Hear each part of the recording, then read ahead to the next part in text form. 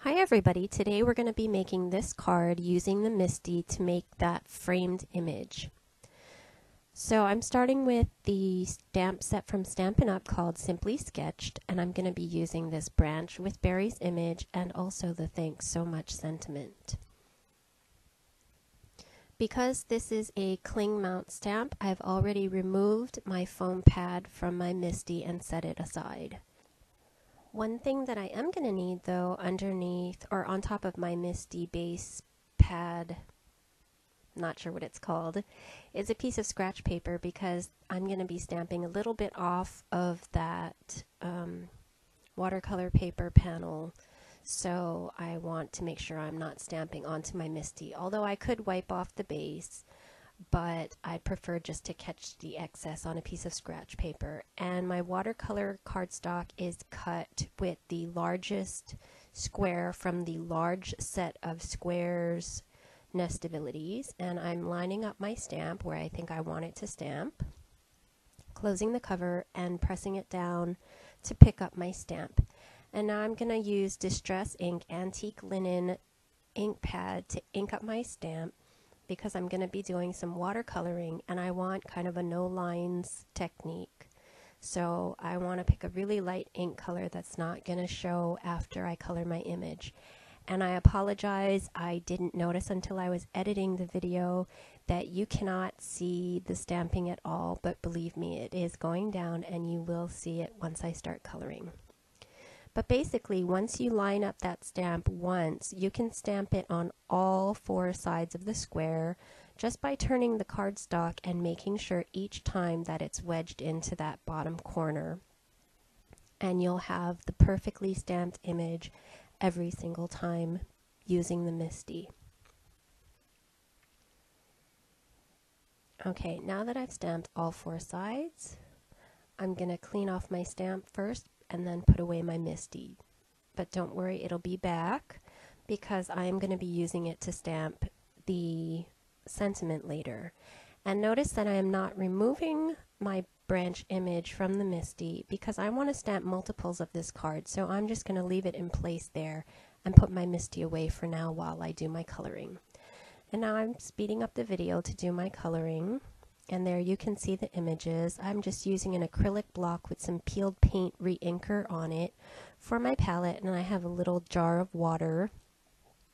I'm using a brush here that is a size 1. I think it's a round brush, and I have a towel to tap off the excess water. And I'm just re-wetting my block because the ink has gotten a little bit dried on there, and I want kind of a loose wet ink once I start painting my image. Basically, what I'm going to do is just follow the lines of the stamp image, painting in each leaf with the lighter green wash of peeled paint re-inker. And I have to apologize again because during this painting session, I go out of frame a lot. Every time I go to paint the bottom of the image, I go out of frame, so I'm very sorry for that. But rest assured that whatever I'm doing on the bottom is the same as whatever I was doing on the top, so you're not really missing anything. And here I'm coming back in with a little more concentrated strength of the peeled paint and putting some darker shadows where I think I'd like them. And then I'm coming back in with a little bit of water and that watered down green color to blend out the shadows so they're not so harsh. Now that I'm done with the leaves, just almost done. Sorry, I'm just finishing blending out the darker shadows here.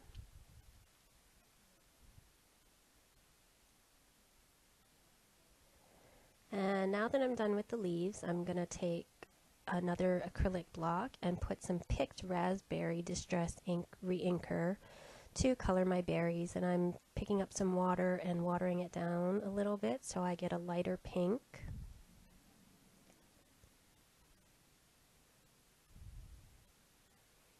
And I'm just going to go with that lighter pink and color in all the berries. And one thing I forgot to do was the stem of the branch. So I'm taking something that's labeled as a 3/0. I believe this is another round brush. Sorry, I don't know what these terms means for paint brushes, but I'm just going to take the full strength of the peeled paint gray inker and go in and draw the stem of the branch and the stems going to the berries. So that's all for this one side. I'm going to complete coloring around all the other 3 sides and then come back. Here I've colored all 4 sides of my focal piece, and you can see that my branch is still mounted on my MISTI in the bottom. But my little tip here is that you can use different areas of the MISTI for stamping, because there are a lot of corners where you can actually wedge your paper in and get it to sit nicely at that right angle. So you can see that I have 2 stamps on my MISTI, but you can actually place up to maybe 4 images on there if they're not too big, because there is one area, there is another area, and actually the hinge does make another area where you can wedge the cardstock in. If you fiddle with it, it'll move out of place. But if you just put it in nice and straight, it'll stay lined up in that corner. So I'm going to use this top corner of my MISTI now, and here is the sentiment that I'm going to use, and I need to position that for my piece, and I am just eyeballing that. And I kind of looked at the stamp before, and I noticed that the rubber is pretty much straight on with the foam, so I'm just double checking it to see if it's straight. And then I want to make sure that it's going to stamp where I want it to stamp. So I'm taking the imaging sheet from my Stamp-A-Majig and putting it down over my image.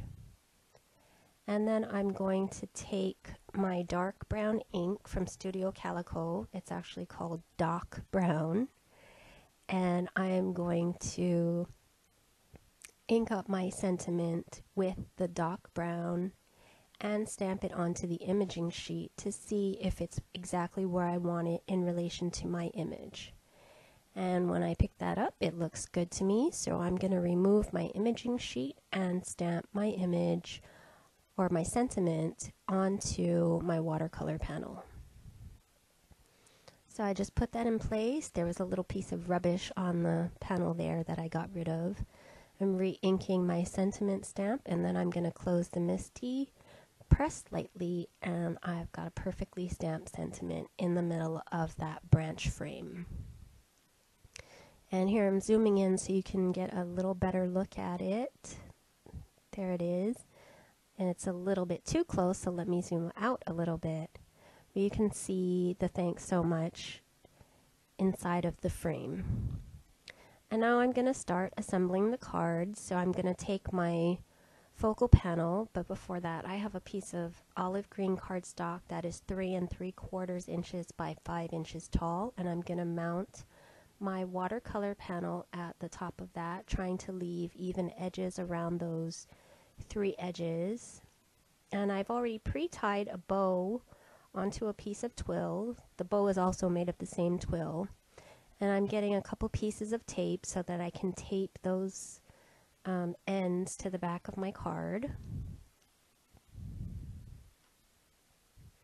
Adjust it a little bit to see if it's where I like it, and then I'm going to trim off the excess with my scissors.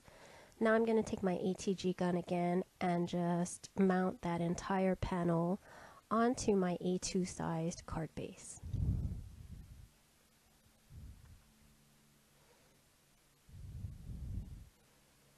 And there is my finished card.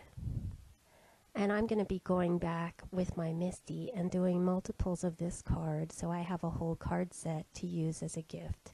I hope you like this card and that you'll visit me at mycasestudies.blogspot.com. Thanks very much for watching.